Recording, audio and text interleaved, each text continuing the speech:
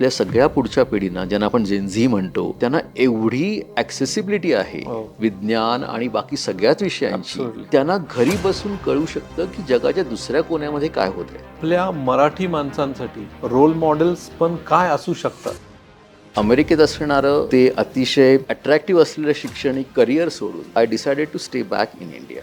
हे सगळं करत असताना एकच मंत्र ठेवला मी, what we call as a get out of comfort zone. Chhatrapati Shivaji Maharaj त्यांनी जर स्वराज्याचा विचार केला नसता आणि करताना त्यांनी हा नाही विचार केला कसं अचीव करायचं, पण मला स्वराज्य घडवायचंय, हा विचार आपल्या सगळ्यांनी करणं जरुरी आहे. पण तुम्हाला तुमच्या धंद्याचं स्वतः इंडिपेंडंट ऑडिट करता यायला पाहिजे की माझा धंदा व्यवस्थित चालला आहे की नाही. वाव.